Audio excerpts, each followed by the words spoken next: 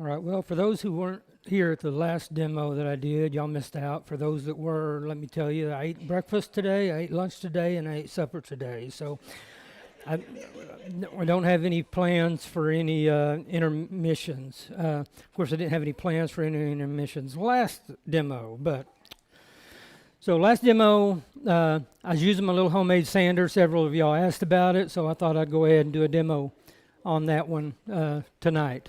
So, if you have your air compressor and you have a little powered sander like this, that's all great. It's always nice to use. If you have one of those you can chuck up in your drill, that's great too, but sometimes you don't have a lot of room to get that up inside your project, so that's kind of big and clunky. Sticking your hand up in there is fine if you got enough room, but sometimes that can be kind of dangerous too. They make these, and those are all nice and well, but that's $100 right there. That's kind of pricey. And every time I use mine, I notice I got little brass shavings on my ways, so eventually this is going to stop working for me. I'm going to have to try to find new fittings for it, or not. I know we've all seen people do this number here with a sponge and a rubber band and a piece of sandpaper. We've all seen it. Probably most of us have done it. But it's kind of shoddy. And unfortunately, I cannot remember the gentleman's name, but a guy out of the UK. I saw this on his channel, and I thought, well, that looks simple enough. I can do that. All it is a turn handle with a little bearing in it, hole drilled in it, and a magnet mounted down in the bottom of it. Simple enough, right? There's an earth magnet down in the bottom. I'll go ahead and pass these around. Those are the magnets, and those are the bearings. And there are a multitude of different sanding packs and accessories that you can get on Amazon. But it's a fairly simple project, as long as you can do a little spindle turning. So that's what we're going to try to do here this evening. So one thing you want to make sure that you get when you get the bearings is you want to make sure you get sealed bearings, because you don't want to get any sawdust in your bearings, because they won't last. So you want to make sure you get sealed bearings. Now these bearings are a 5/8 inch diameter. So we want to start off with drilling a 5/8 inch diameter hole on our blank. And we just want to kind of lay out an appealing looking shape on our blank. So, get something that'll give you some nice curves.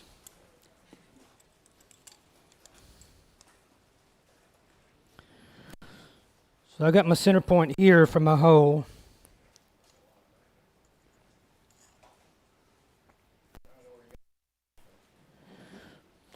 Amazon.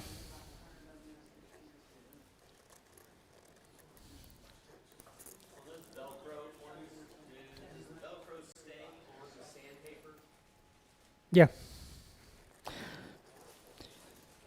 And now you can get the sandpaper that's the same size as that little sanding pad, or you can get the sandpaper discs that are a little bit bigger than the pad. Now the nice thing about getting the ones that are a little bit bigger,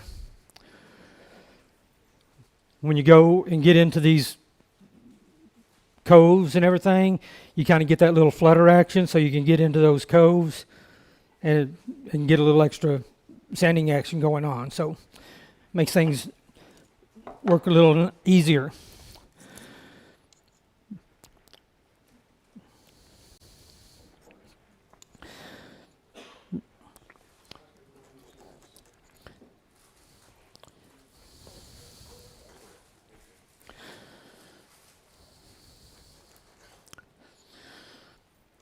Anyway, just kind of lay out some basic guidelines.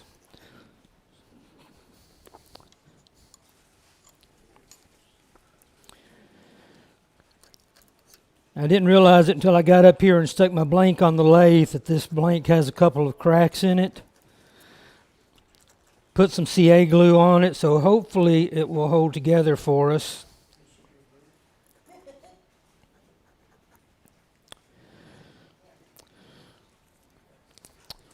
You know, use whatever you have around your shop to lay out your circles. Well,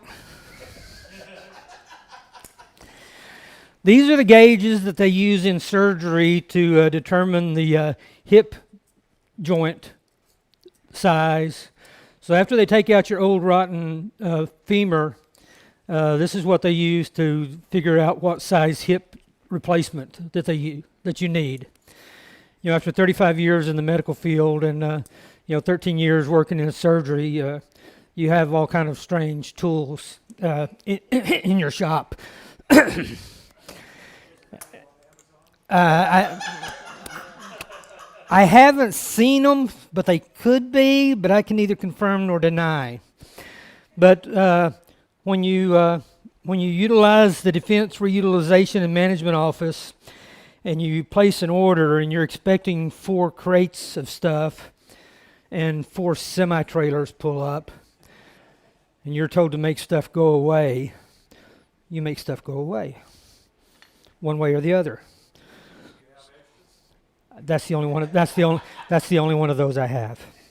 If I had more, I'd have them up here and share them. Trust me. So, so the first thing we're going to do, we're going to take a 5/8 inch Forstner bit. I've got a center line down my blank. I've got the spot where I want my hole to be. I'm going to get things lined up. I'm just going to get started a little bit. Then I'm going to go for a little bit of an angle.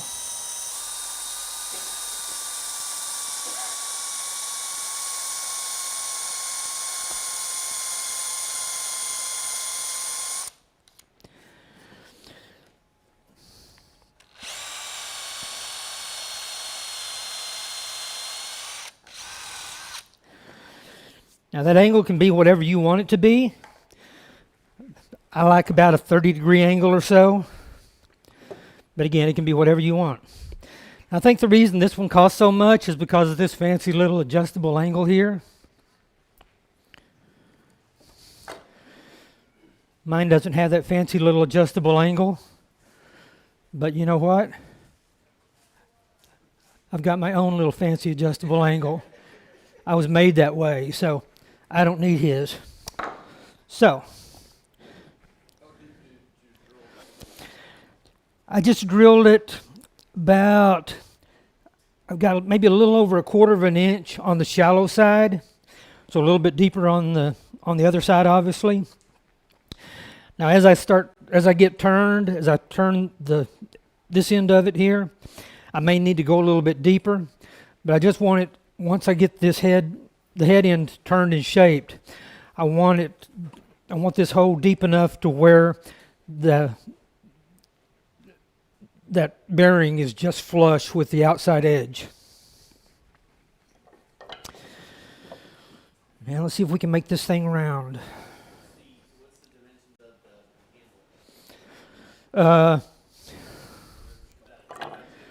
Whatever you want it to be.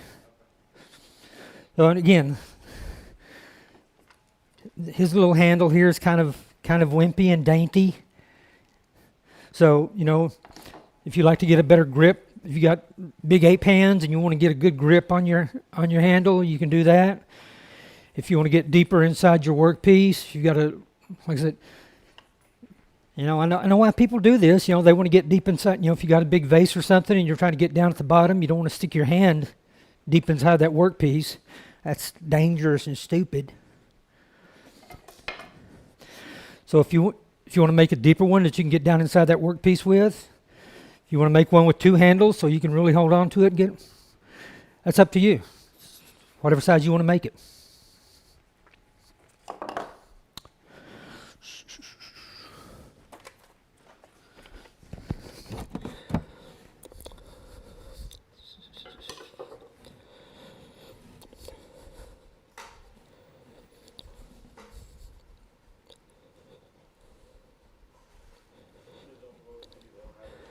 Yeah, I know.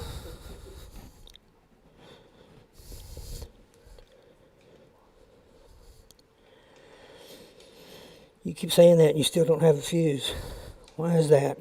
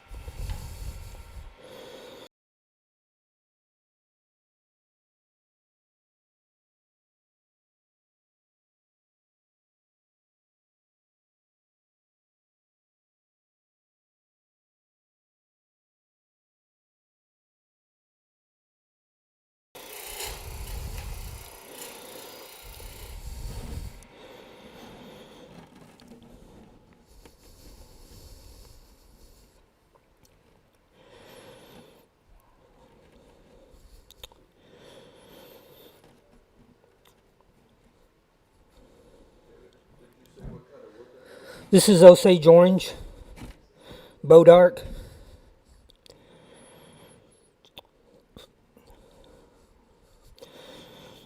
Right. At least my cracks are holding together. That's a good thing.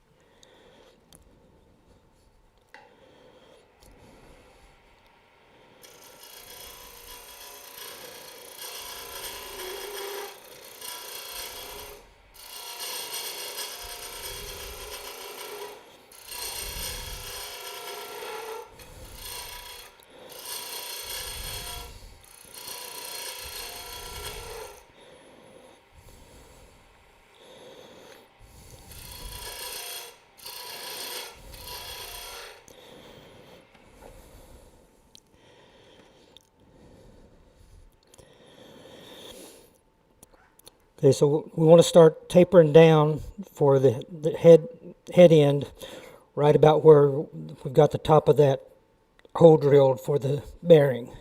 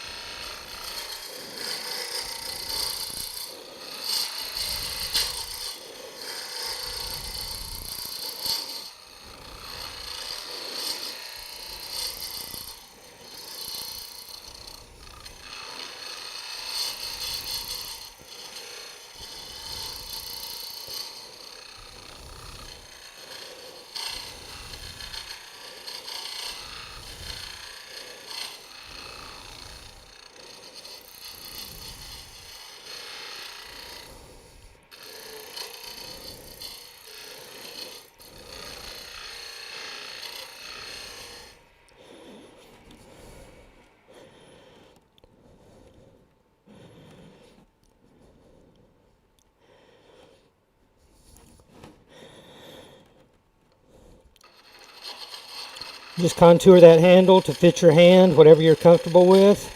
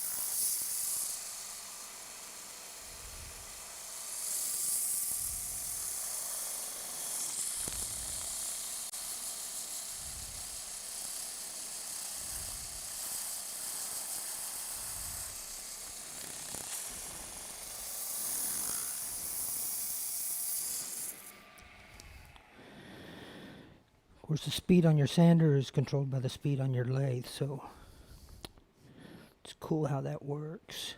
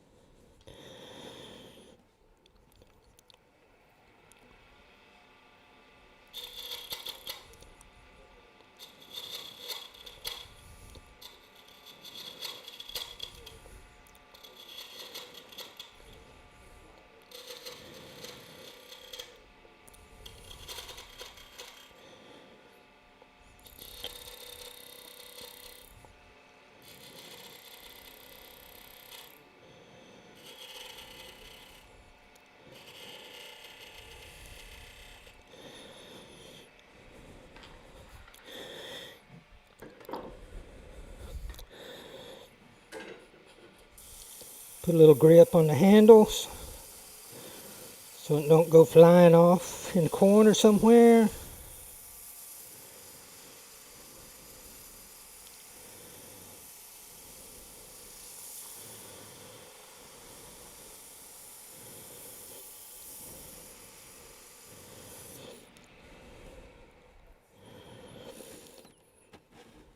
Which, if you want to, you can break out your wire and put some burn on it. So we'll give it to Debbie and get her to paint some pretty color on it so it can stand out if it falls in the shavings.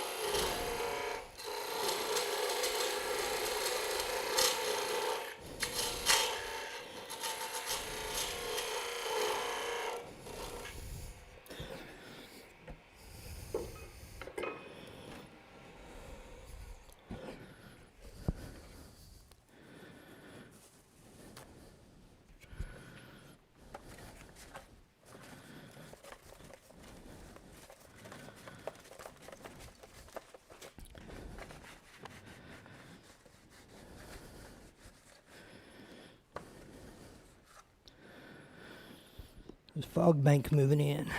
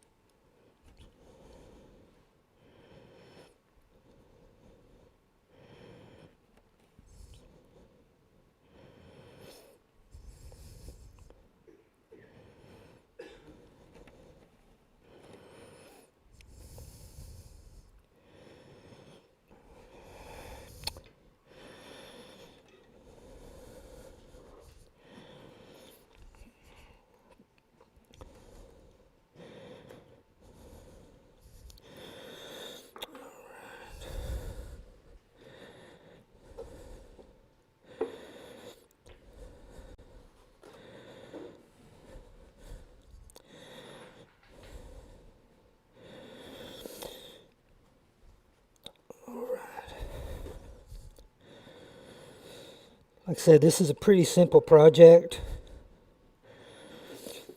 The amount of time it takes is just depending on you and how much detail you want to put into it.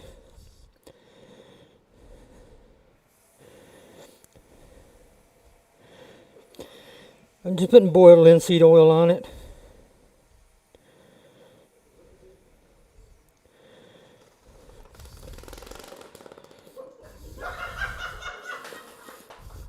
You like that?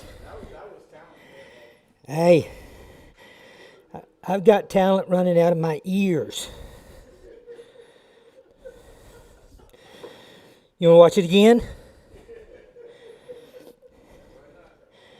Well, I don't know if I can do it again. So.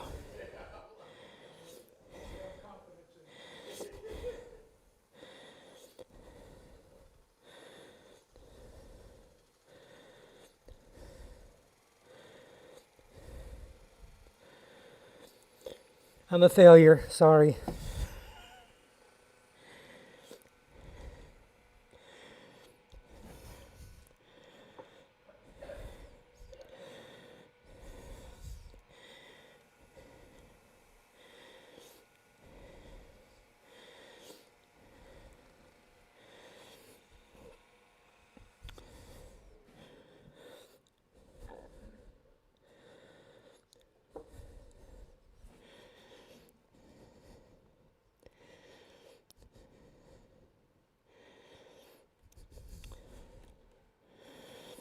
Okay.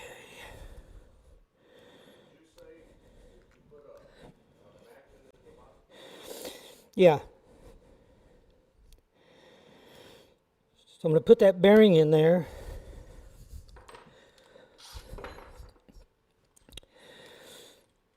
I'm going to take a 1/4 inch Forstner bit.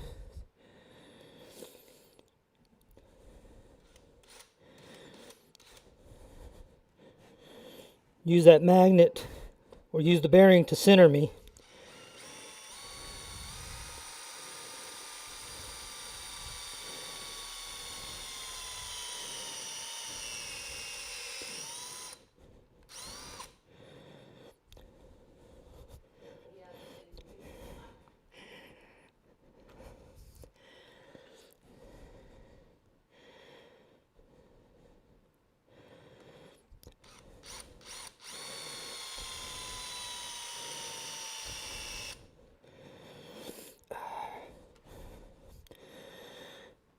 I was afraid that was going to happen, and I forgot to bring another battery.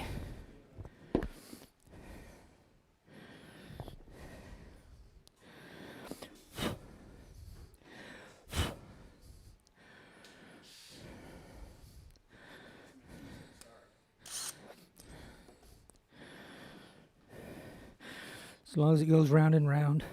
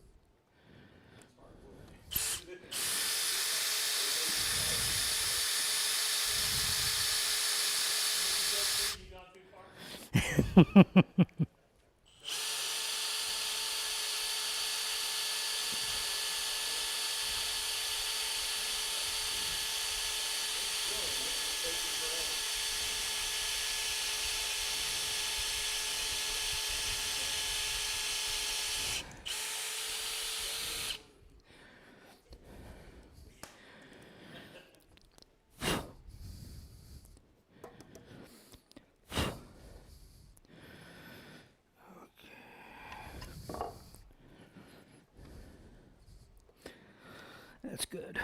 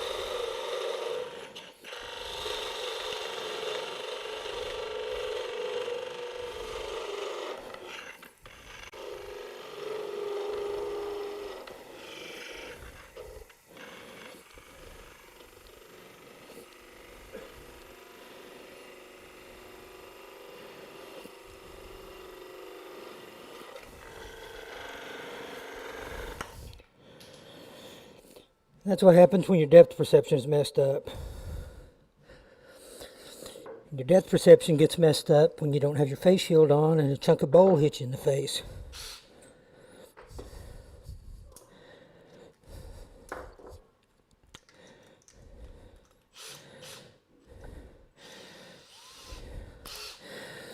Which I definitely don't recommend.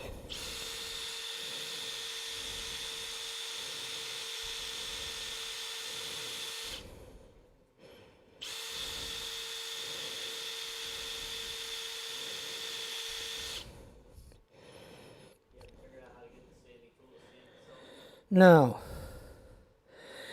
And unfortunately, once you part it off, you can't use the sanding tool.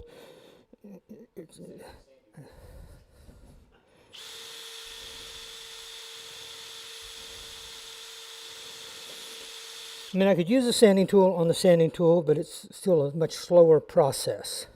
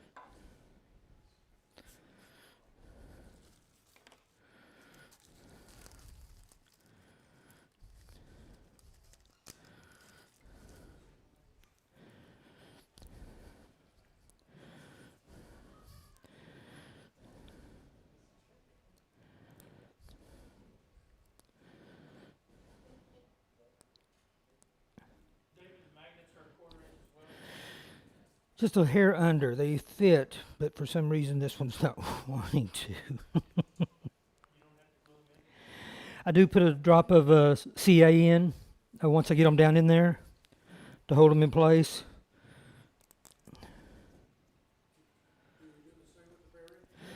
No, the bearing you will usually set in place, just held in by friction.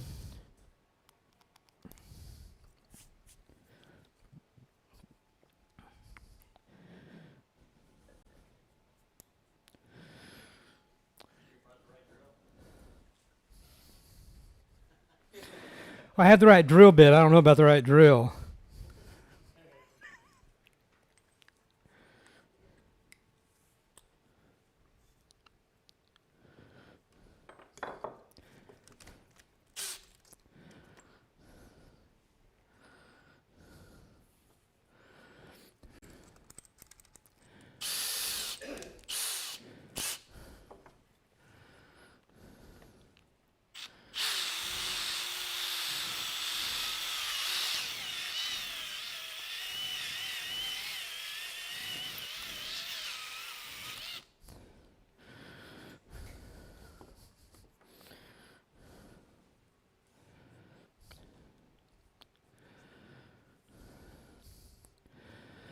And when I made that other one at home today, that magnet just fell right down in there. No, that one was out of walnut.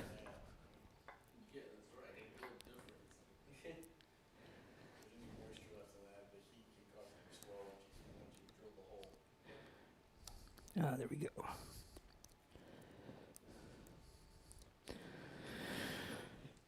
Yeah, matter of fact, I had to play with it and try to get it to flip around to lay down in there because it was setting up on edge.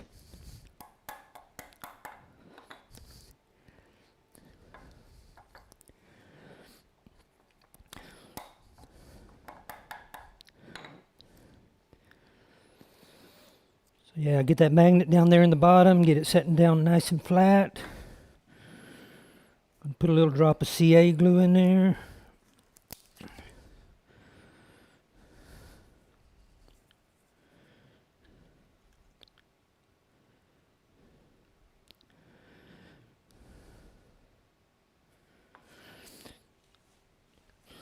Of course, my CA glue stopped up on me. I grabbed the wrong bottle when I was packing up.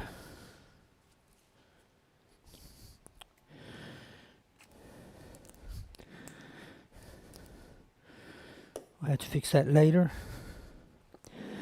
Put a drop of CA glue in there, hit it with some activator.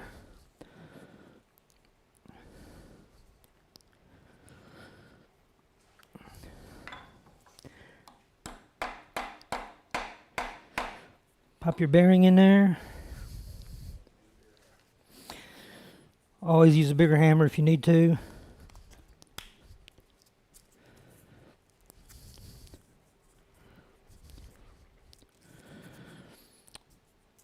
And there's your sander. You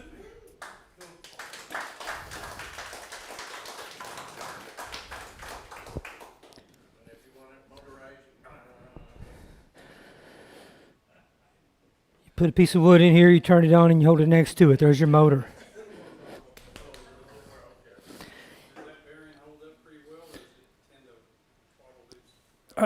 I haven't had mine fall out yet, and I use it a lot. And the thing is, if it does fall out, yeah, you buy them 10 at a time, and they're cheap. So pop that one out and put a new one in. The friction against the magnet does not cause a problem? Haven't had a problem with it yet. Like I said, I finished this one at the house earlier today.